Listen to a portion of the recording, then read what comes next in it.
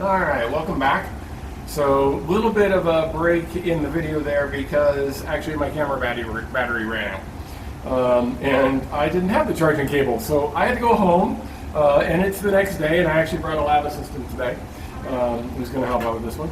So what you can see is as our reaction mixture cooled down, we had a good amount of this yellow solid form. And then I added the 15 mils of hot water once it cooled down below 100 degrees Celsius. And that quenched the reaction or stopped it from keeping going. And so what we want to do is we want to collect this solid and get rid of most of the solvent. This is, or should be, intermediate 2 from the reaction. So I'm going to use a Hirsch funnel. Looks like it should be approximately the right size, but I have a bigger volume. So instead of using one of these little guys, I've got a much bigger flask on here to collect that volume so I don't have to replace it. However, the Hirsch funnel doesn't seal with that very well. So there's a rubber adapter on there for that. All right, so on the vacuum, get our vacuum going here. Okay. I may have a little trouble getting stuff transferred because it's been settling all night. This is a wax coating there. If we don't get it all to transfer, that's okay. But we do want most of it if we can. Woo! Sneaky chemistry. That's why we're in the hood.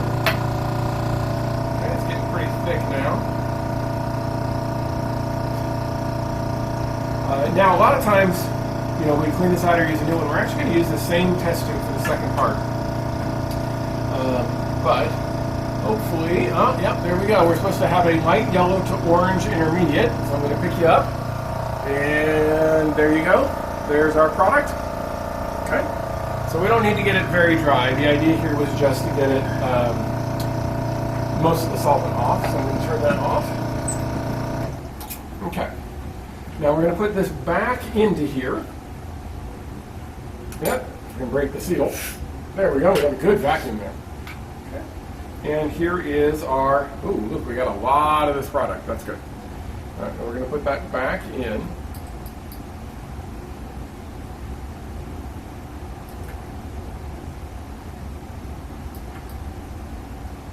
Carefully, this is an easy place to lose a bunch of your product onto the bench top.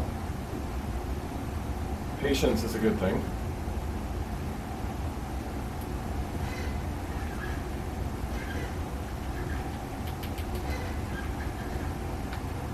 Okay. All right, there we go. So now, hopefully this is not too dizzying, but we're going to go back across the lab over to the hood that we're doing our reactions in. Okay, so here is our material. I'm going to set it in this so you can see it. So now we've made intermediate 2. We need to convert it into the final luminol here. So we need some sodium hydroxide. This is 10% sodium hydroxide. This is really nasty stuff. This is like Drano. Interestingly, bases can cause burns just like acids, but they're actually worse burns because your body doesn't realize it's been burned, so it doesn't try to heal it. So you have to be really careful with that. All right, we're going to add 5 milliliters. Again, approximate amount, so this pipette will be good enough. There's 2.5 milliliters. Whoa, that's not what you're supposed to do. Good catch. Okay. The other thing about sodium hydroxide, it's slippery. We almost had to start the whole thing over again. Joys of chemistry. What we got? Okay. Now, we added our sodium hydroxide, and it looks like most things have dissolved. And we've got a nice dark red color here, the reddish brown color there. Interesting. Okay. All right. Now we're going to stir this, and you don't ever want to use your thermometer as a stirring rod. It's tempting, but it also causes lots of problems because the thermometers break easily. So let's stir some. Put paper towel there for that. I think I'm actually going to do a little better with this. Okay. And so we need to note any color changes. As always, record that in your notebook. I don't know, what do you call that? Brown, red, maroon, dark red. I'm recording this and it's not too far away from Halloween, so blood red. There we go. Okay. Alright, what do we add next to this? Next, we put in 2.5 to 3 grams, and I've weighed it out, and I will give you the data. But again, like I said, I often write my masses and things on the bottle when I'm there, or you can do it in interested in my notebook, or you can just put it in your notebook. It's going to keep track of it. So we're going to put in 2.5 to 3 grams of fresh sodium hydrosulfite dihydrate, Na2S2O4.2H2O. Some of this is probably going to stick to the sides, but that's okay. We're going to use a little DI water.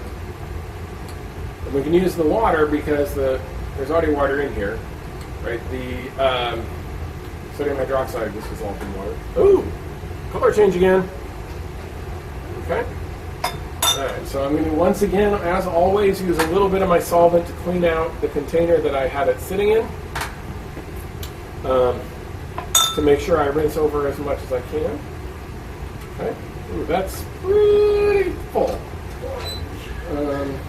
We've gone to yellow. Now, interestingly, I'm actually getting some product forming already. This is, on the bottom here, my luminol. But I want to get even more, and so we're going to reflux this for about 5 minutes. So I have to be careful. I can't do a very vigorous reflux because I don't have very much space in the top of the tube. The other thing is that was fairly concentrated sodium hydroxide, and this is an exothermic reaction. And I know it's exothermic because the test tube got hot, so it's giving off heat. But we're going to go ahead and bring this up to a boiling temperature. Now, not nearly as high as yesterday, right? Yesterday we were at 220 degrees. I don't want to go nearly that high, and I can't because I got water, right? So we're going to go and heat this up, and we're going to reflux for about 5 minutes. So I'm going to let the camera run while that heats up, and then but I'll probably fast forward this segment. Okay, one other health safety tip. It doesn't heat up if you don't plug it in. I try to unplug it at night so nothing happens when I'm not here. It's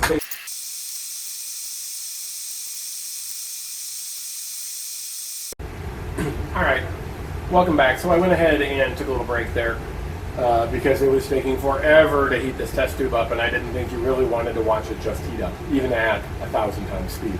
So I just wanted to let you see here we do have the reflux that's going. So we've got nice bubbling going on. I've got a thermometer in here to kind of monitor the temperature at the bottom because you have a very large temperature gradient here where it's about 102 at the bottom, but only about 70 at the top. So it cools down pretty quick. So if I need to, I'm going to lift the tube up to cool it down, but it looks like we're pretty good. I also added a boiling stone in there because it was superheating and not forming bubbles, and I was afraid of bumping. So we're going to let this go. It needs to go another 1.5 minutes. So this time I will just let the video run, and then we will continue on with our synthesis. We're almost there. All right, we are at 5 minutes, so it's time to stop this. I'm going to go ahead and take the heat off. Likewise, I'm actually going to also lift this up so it cools down a little faster. I want to drop the temperature below about 100 degrees Celsius, and then let it, as I said, let it cool just a moment, and then we're going to add glacial acetic acid to this. Now, glacial acetic acid, even though acetic acid is just the acid that's in salad dressing, that is really low concentration, 5% weight per volume. This is glacial. This is concentrated. It's as concentrated as you can get. And I think that's 17 molar. I love the label on this. Caution, causes nasty skin burns. So that's why I'm wearing my gloves. Okay. So let it cool down to below 100 degrees. We're close. I'm actually going to go ahead and pull this up a little further. I've got enough radiant heat coming off this heat block that it's going to still like cooling in quite a bit. Okay, So we are now going to add 2 milliliters of the glacial acetic acid. Take the thermometer out when I do that. Wipe it off before putting it down. Right. 2 milliliters. Nope, that one's in the way. Okay.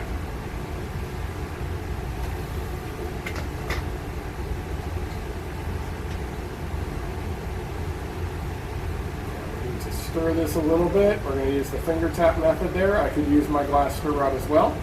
And then we're going to start to cool this down by running it under tap water.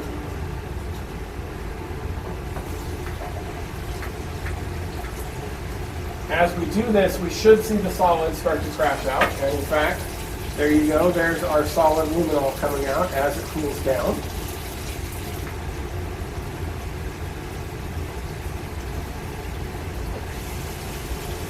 Have the camera in here because there's a lot of solid forming as I do that.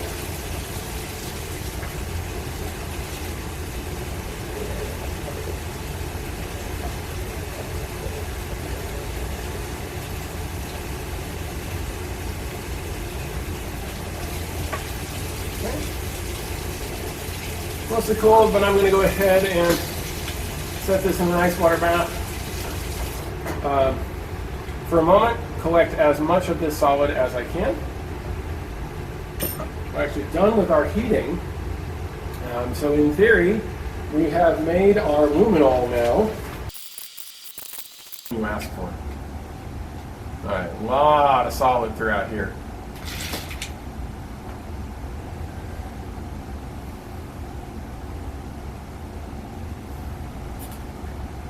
While this finishes cooling down, let's talk about the characterization a little bit. There are multiple techniques that we could use.